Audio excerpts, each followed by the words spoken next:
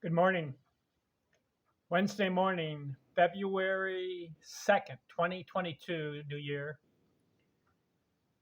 I've been doing a lot of research on baseball. This will be episode 329. Can you believe it?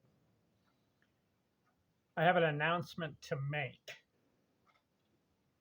Just finished. Baseball is a numbers game. Examining the achievements and stats of Baseball Hall of Fame players. See how thick this book is? 500 pages. I spent a year researching, studying Baseball Hall of Fame players. I came down with 162 of them, 162 everyday players who are in the Hall of Fame,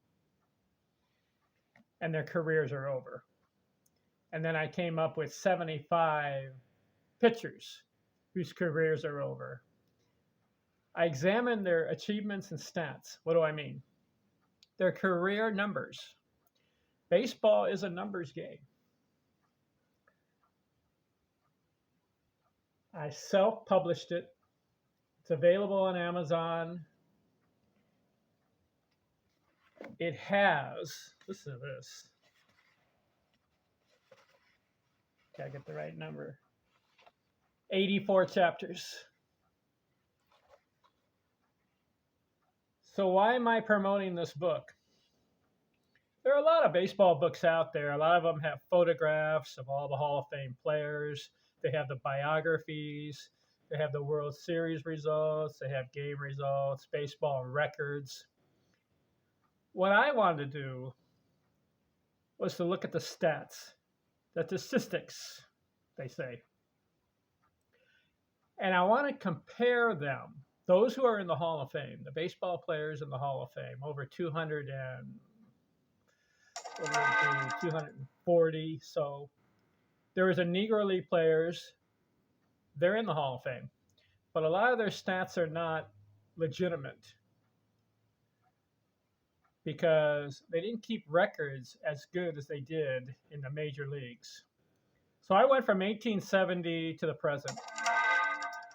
I looked at the numbers, and my main goal is, how do these players compare their achievements and stats and numbers to other players who are in the Hall of Fame, and who is ranked higher? Who is a better ball player? I spent a lot of time on this, and I looked at all the numbers. Obviously, home runs, batting average, doubles, triples, RBIs, total bases, pitching, you have wins, losses,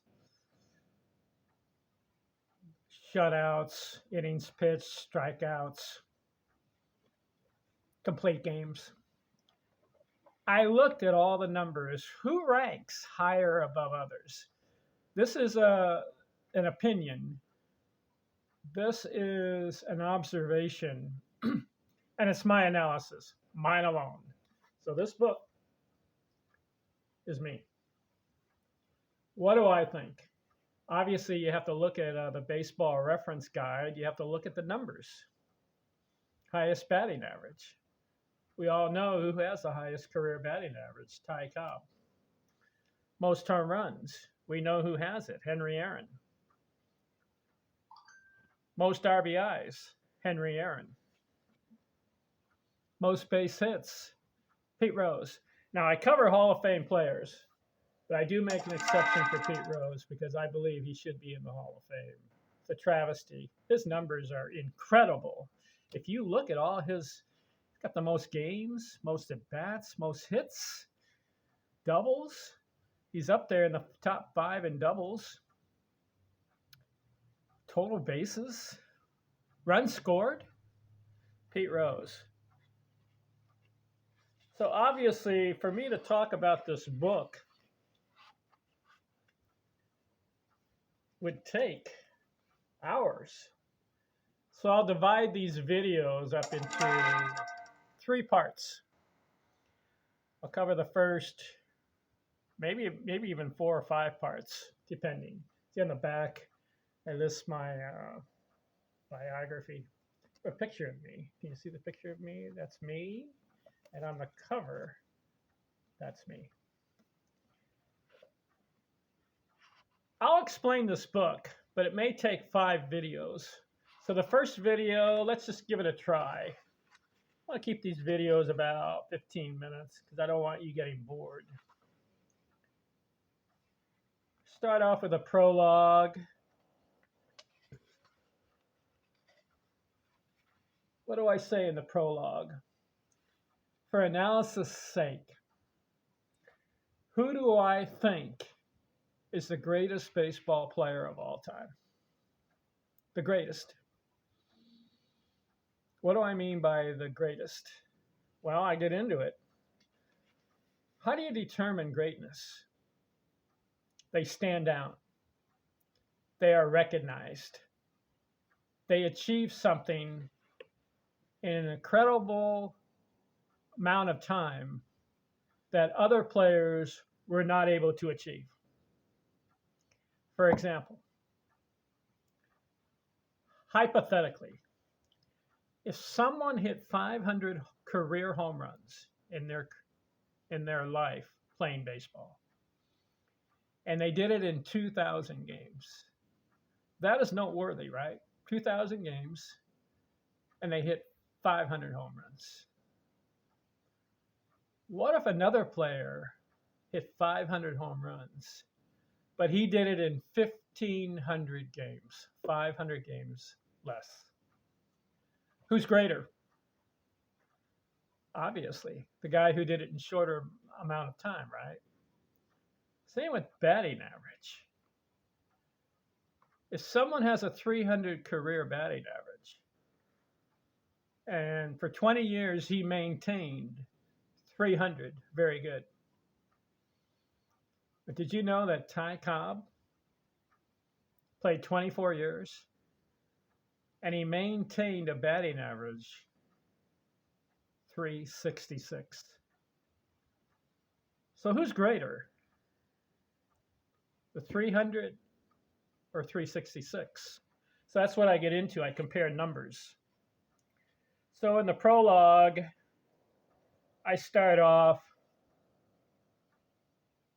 who I think is the greatest baseball player of all time. I argue right away off the top, Babe Ruth, and I prove it. So as the chapters develop throughout this book, I get into Babe Ruth's numbers. For example, start off his career pitching. So for 4 or 5 years, he won about 94 games. What if he didn't pitch those first 4 or 5 years? What if he just started becoming an everyday player? What numbers would he have ended up with as far as career? Home runs, batting average, runs scored, RBIs. We don't know. But after the 4 or 5 years of pitching, then he became the everyday player. And for the next 16 years, he accumulated his numbers, baseball numbers. 342 career, 714 home runs, over 2,200 RBIs, runs scored over 2,000. In a shorter period of time, Babe Ruth outperformed everybody as far as home runs, RBIs, and runs scored and batting average. 16 years, 17 years maybe. Other players played 20, 22 years, but they started everyday player at some of them age 18, some of them age 20, some age 22, and even some started a little later at age 25 and still accumulated really good numbers. So this is what I'm doing. Baseball is a numbers game, and I'm analyzing all these numbers to see who is a better ball player. So right away, I just argue right away that Babe Ruth is the greatest, and I prove it. And then I go, who's the best hitter of all time? There's a difference between being the greatest baseball player and being the best hitter of all time.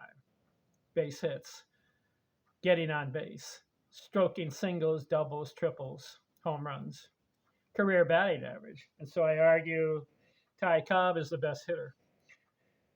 Then I argue who's the most consistent ball player of all time? Consistency. Year after year after year, they put up their numbers. So I argue Henry Aaron, got to put him there. You got to put Stan Musial in there, and Willie Mays. Consistency. And who do I? Then I get into a chapter or some paragraphs and analysis. Who's the most splendid hitter of all time? Splendid, I mean pure. I mean pristine. And I argue Ted Williams, Joe DiMaggio. Then I say, who's the most steady hitter? There's a consistent hitter and then the steady hitter, reliable hitter, guy who doesn't strike out. So I argue Tony Gwynn, Honus Wagner, Roger Hornsby.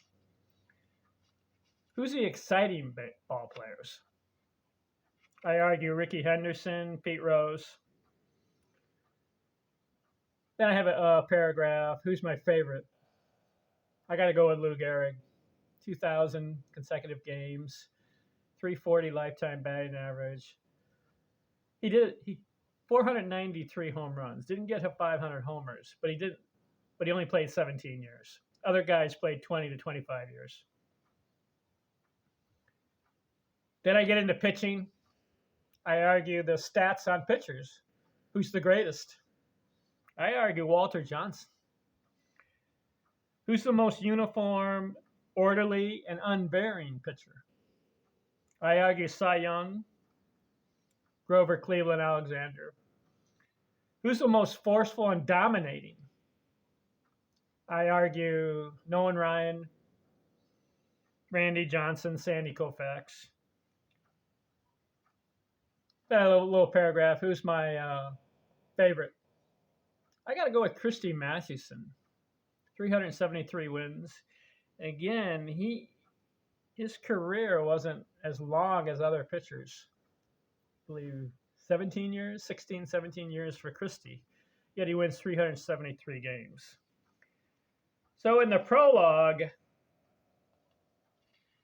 I just give an introduction on what I'm going to do in my book. And in chapter 1, I talk about loving the game. You can see I have a couple pages. I talk about how I got interested in baseball, why I love it. I was a kid. I played in the sandlots.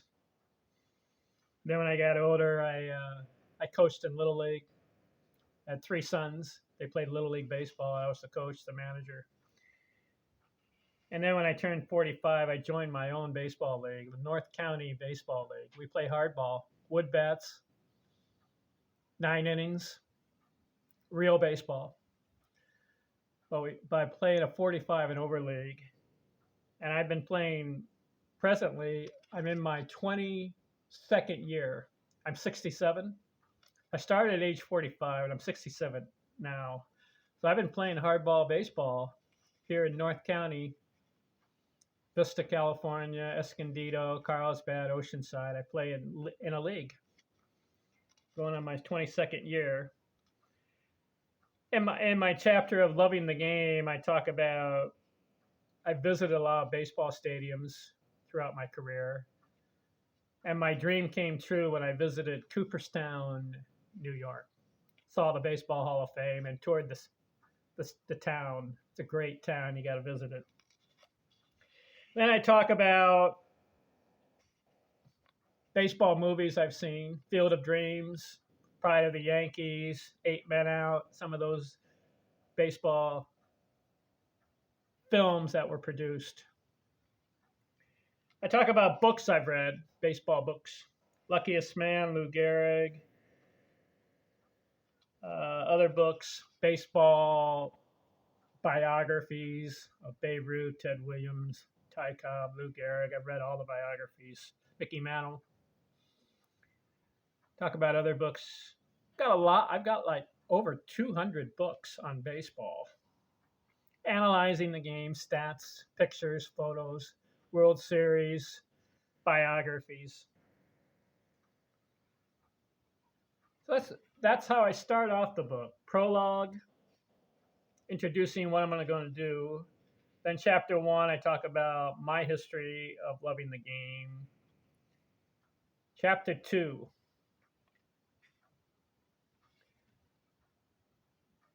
I told you I have 84 chapters.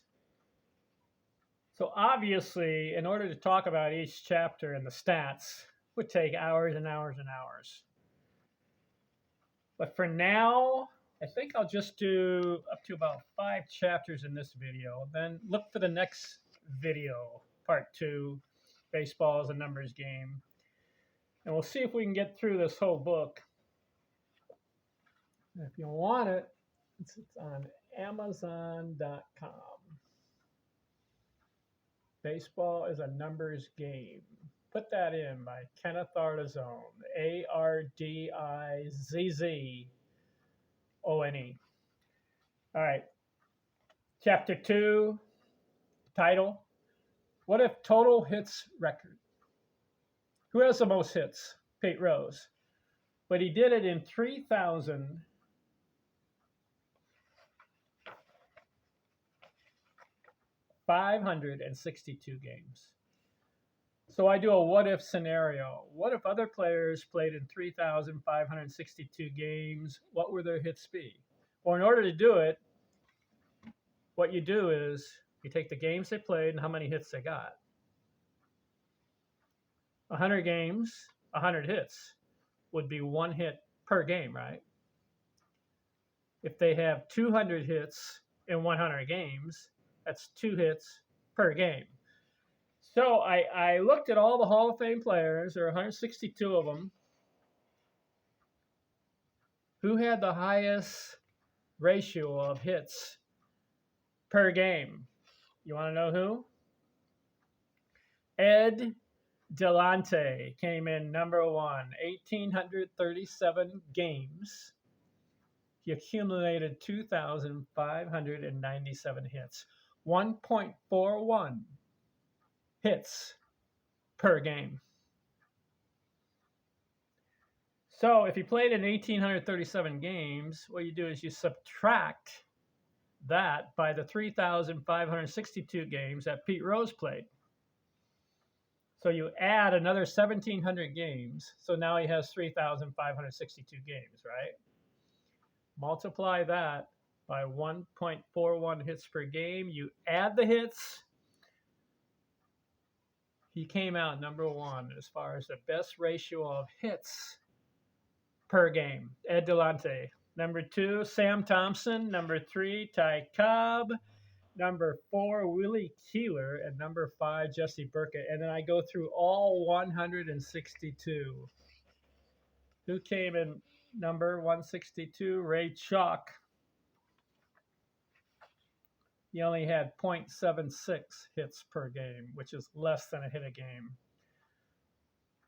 Whereas Ed Delante was 1.41 hits per game. So that's my second chapter.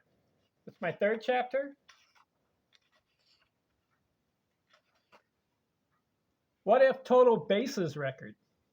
Total bases. Who has the most? Henry Aaron, 6,856. And how fast did he do it in? Well, Henry Aaron played how many games?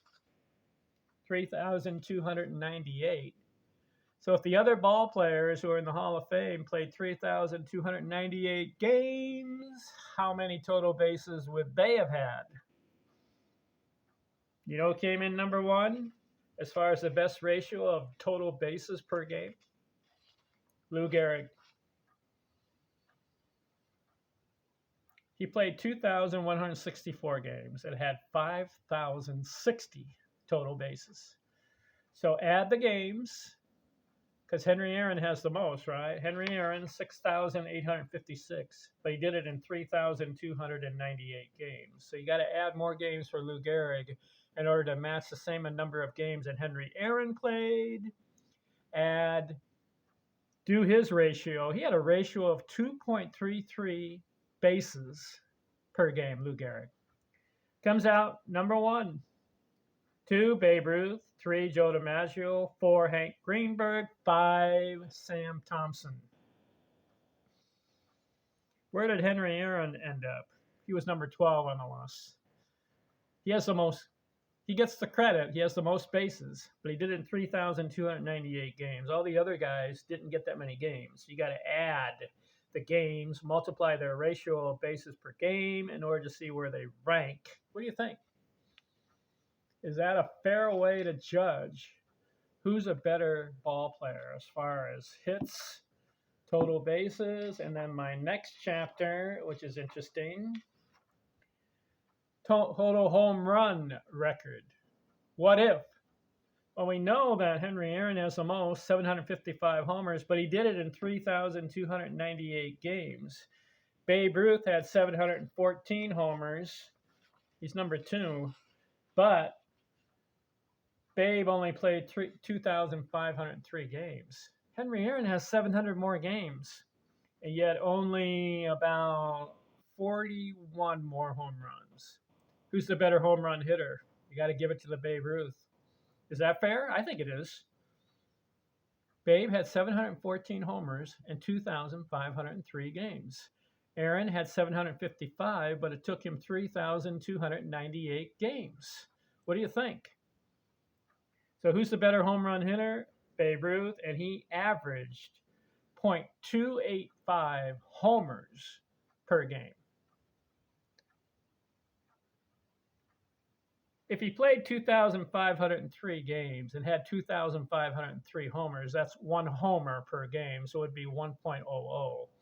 But Babe had 714 and 2,500 games, so his ratio is .285. It's not 1.0.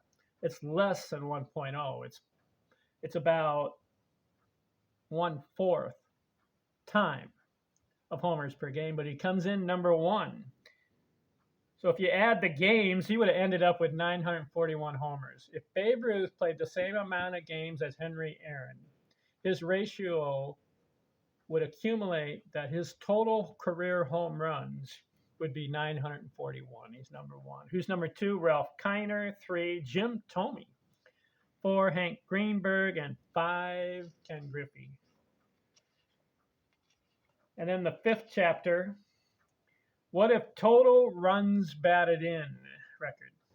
Who has the most? Henry Aaron, 2,297 runs batted in.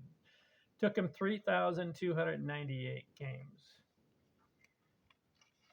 But if all the other Hall of Famers play the same amount of games as Henry Aaron, who comes out number 1? Sam Thompson. He played 1,410 games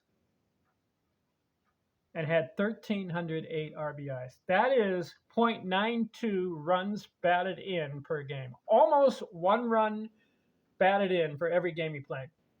Just a little less, .92. Sam Thompson, how about that? Number 2, Lou Gehrig. 3, Hank Greenberg. 4, Joe DiMaggio. And 5, Babe Ruth. Aaron ranked number 25. But he gets the credit. He has the most, but he played more games than all these other guys. So what do you think on that one? All right, I'm going to finish. Let's see, I said 5 chapters. I'm going to go with another chapter here, which is the last one that I'll cover in this video. And that is, what if runs scored record? Who has the most runs scored? Rickey Henderson, 2,295. But it took him 3,081 games. Who comes in number 1 as far as runs scored per game? As far as a what-if scenario, if all these guys played the same amount of games that Rickey Henderson played, which is 3,081 games, who comes in number 1? Billy Hamilton. Listen to this. This is incredible.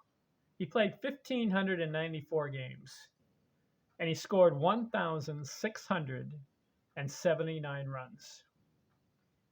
What's his ratio? 1.06 run scored per game. For every game he played, he averaged 1 run scored.